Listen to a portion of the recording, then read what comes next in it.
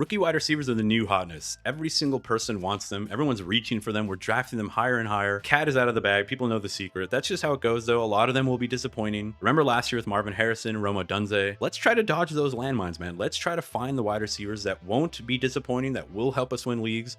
Let's try to find the next Lad McConkey. Let's try to find the next Malik Neighbors. We start this video with the Hawaiian hero, the Ted offensive, Tedero McMillan, in the 4th, 5th round. It's actually the first video I've made on him. Now let's talk about it. 150 targets are in the realm of possibility for him, especially when the next best wide receiver is 135-year-old Adam Thielen.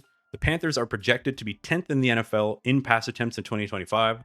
Now either he's going to be a big slot receiver or the X receiver. Either way, he's a matchup nightmare. Absolutely difficult to defend. Very productive in college, a great draft profile, obviously the first real wide receiver off the board after Travis Hunter. Now, the one concern I have, dude, is separation, man. At the end of the day, he's just not the fastest wide receiver. He reminds me a lot of Marvin Harrison Jr. Great in college, very productive, but not the best separators. They didn't have that crazy burner speed. So he's going to have to really win off of being a crafty, very good wide receiver. The man's just going to have to watch a lot of Cooper Kupp tape, to be honest. And now we move to Matthew Golden, going in the 8th, 9th round, Packers wide receiver.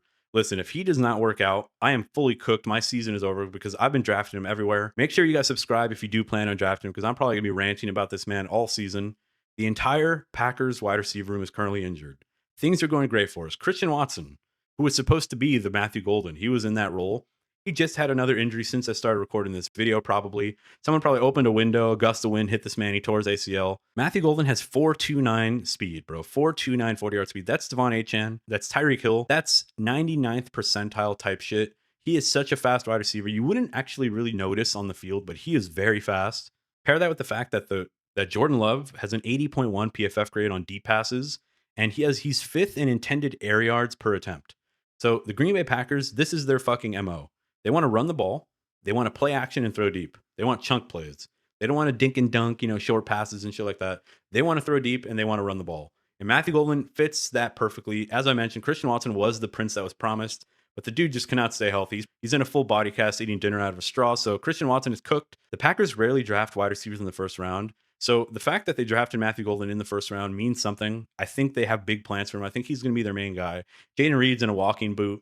It's really just Matthew Golden and Romeo Doubs, who's getting healthy, but he was also dealing with injuries. So I'll say it again, man. My entire season is in Matthew Golden's hands. Join me as we put our entire season in the hands of a rookie, which brings us to the next rookie, Trey Harris, going in the 14th round. This one is controversial, I will admit. He's currently competing with Quentin Johnston for the 3rd wide receiver role.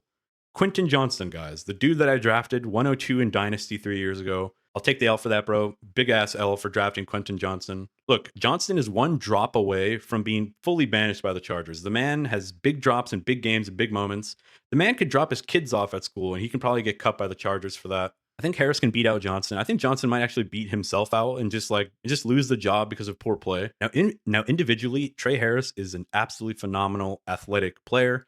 He is a big-bodied wide receiver. He's like a true alpha type archetype wide receiver. And we're going to watch some highlights, man. This is a deep ball to Harris. Dude, he drags the feet, almost a touchdown. Just look at this phenomenal catch, dude. Over the shoulder, tracks the ball. A nice slant. He's fully open. Ball comes late, so it gets batted down. There's another one. He's at the top of the screen. A nice little slant. Gets open enough. Moves the hips very well. So when I look at Trey Harris, man, what I see... All right, this is going to sound hyperbolic or exaggerating for sure, but I see a Justin Jefferson type player. He's big. He moves well. He's obviously not as fast, but he's a great route runner. And I think he's just going to be a big body guy, somebody that this team really needs, man. Now, unfortunately, Keenan Allen is now here, so he's going to ruin a lot of that value. Like, he was somebody that I was drafting in like the 8th round before Keenan Allen signed because I just thought as the wide receiver 2 for a top echelon offense like the Chargers, man, with Justin Herbert throwing him the ball, he's got some instincts to know where to turn, where the defender's coming. Ball, hospital ball. So just the fact that he was super involved here with this second team out. Now, this is one where he beats his man to the corner, elevates over, and then drops the ball. So this is concerning. Hopefully we don't have another Quentin Johnston on our hands. I think there's a lot to be excited about Trey Harris. I think if he can beat out Quentin, my theory for the Chargers is as follows. Keenan Allen and McConkey are going to be the 2 main guys at the start of the season in 2 wide receiver sets. You're going to have Quentin as the 3rd guy, and then Harris slowly nipping at his heels, trying to take the starting job from him. I think eventually Harris takes the 3rd wide receiver role. I think there's even a chance that Keenan Allen, not only injury risk because he's 33, but I can see a scenario where they start to slowly phase Keenan Allen out, and they give Trey Harris more and more, right? I mean, why would they draft him if they don't have plans for him to use him and to use him at some point, right? So I don't think it's a huge chance that Keenan Allen gets phased out fully. He just has too much pedigree with his team. You know, him and Justin Herbert have that connection. So Keenan Allen's not going to play himself out of a job, but there's a chance that he gets phased out slightly. And now let's talk about the last player on this list, Luther Burden Jr., also going very late in like the 12th plus round. You can get him pretty much for free at the end of your drafts. Versatile, explosive slot gadget receiver, very good at yards after the catch, strong hands, can track the ball. The dude has all the measurables. He's a very fantastic wide receiver. I think we just hate his landing spot with the Bears. There's just so many weapons there, so many mouths to feed. But if Luther Burden were to see the field, he would be in the Amon-Ra St. Brown role in this Ben Johnson offense, which is a role that we want pieces of, right? We want the Ben Johnson slot wide receiver. The problem, as I mentioned, is that you have Rome Odunze, you have DJ Moore playing running back for some reason, you have Colson Loveland, and then you have Olamide Zaccheaus, who's currently ahead of Luther Burden in the pecking order. I think Luther Burden can win the role over Olamide Zaccheaus. I think he can even potentially be the number 2 guy alongside Odunze. If this team realizes that DJ Moore's time is kind of over, if they ship him at the deadline, if they just phase him out similar to like Keenan Allen from the last player. In training camp, this team is already moving DJ Moore weirdly around the formation. They're putting him at running back.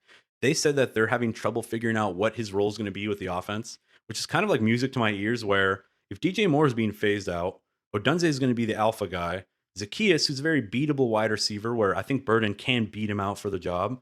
I think we see a situation, man, where by the end of the season, it's Odunze and Luther Burden as the 2 wide receivers and 2 wide receiver sets. Odunze out wide with Luther Burden manning the slot and kind of your short yardage stuff. So I'm really excited about Luther Burden, man. I think he's just such a talent, such a phenomenal guy. In an ascending offense with Ben Johnson, with Caleb Williams, who can hopefully take another step forward. You can draft him so late. Just throw him at the end of your bench. There's just so much upside if things go his way. All he would need is a couple injuries or just to beat out Zaccheaus, which I think is very possible. So that's the video, man. Those are the wide receivers I'd be targeting. Rookie wide receivers I think can help us win our leagues in 2025. As I mentioned, man, giveaway, like, comment, be a subscriber. You have a chance to get my draft guide absolutely for free. I'll even help you out with your roster and give you some advice on trades and stuff like that if you guys want me to. That does it for this video. I'll catch you guys in the next one. Peace.